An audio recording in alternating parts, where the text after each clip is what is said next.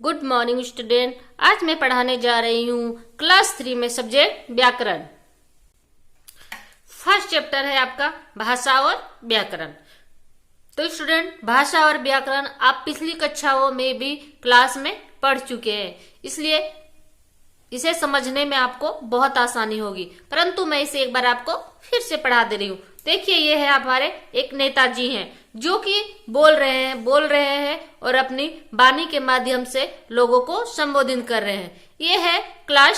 ये है टीचर जो कि ब्लैक बोर्ड में लिख करके बच्चों को समझा रही है। तो ये भी एक भाषा का माध्यम है। तो हम आगे बढ़ते हैं कि भाषा किसे कहते हैं, भाषा की परिभाषा क्या है।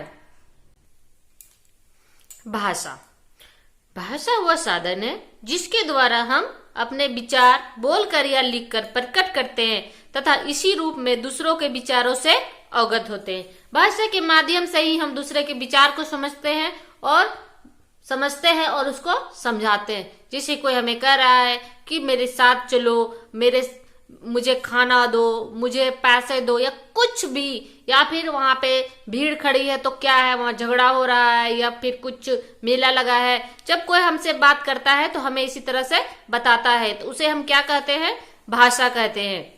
तो हमारे देश में बहुत सी भाषाएं बोली जाती है, जैसे हिंदी, उर्दू, अंग्रेजी, मराठी, गुजराती, बांग्ला, असमी, उड़िया, कन्नड़ इत्यादि। ये देखिए, ये एक न्यूज़पेपर है जो अलग अलग भाषाओं में, हिंदी में है, इंग्लिश में है और ये उर्दू में है। क्यों? क्योंकि यहाँ पे अनेक तरह की भाषाओं के लोग पाए जाते हैं, तो सभी के लिए अलग अलग तरह के अखबार भी है। तो बच्चों, आगे हम पढ़ेंगे भाषा के रूप कि भाषा कितने प्रकार की है। भाषा के दो रूप है, मौखिक भाषा और दूसरा लिखित भाषा।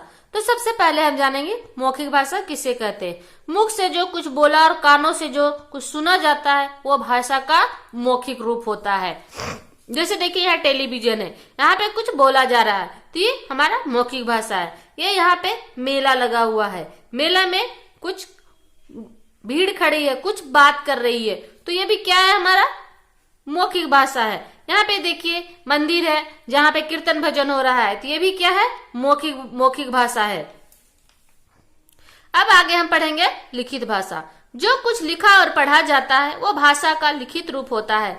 पुस्तकें, पत्र पत्रिकाएं, समाचार पत्र आदि लिखित भाषा के उदाहरण है। जिसे देखिए, यहाँ पे अखबार पढ़ रहे हैं तो ये क्या है, लिखित भाषा है। यहाँ एक बच्चा है जो कुछ लिख रहा है, ये भी लिखित भाषा है। यहाँ पे कुछ पत्र वगैरह आया है जो इन्हें दिखाया जा रहा है लिख करके, तो ये भी क्या है, लिखित भाषा है। तो लिख करके जो हम किसी को बात बताते हैं तो हमारा लिखित भाषा होता है। जैसे पत्र वगैरह जो होता है वो हमारे लिखित भाषा के उदाहरण है। तो बच्चों, आप सब समझ गए होंगे कि भाषा किसे कहते हैं, लिखित भाषा किसे कहते हैं और मौखिक भाषा किसे कहते हैं। तो अब अपनी कॉपी में नोट कर लेंगे कि भाषा, मौखिक भाषा और लिखित भाषा किसे कहते हैं और उसे आप याद करेंगे। Thank you.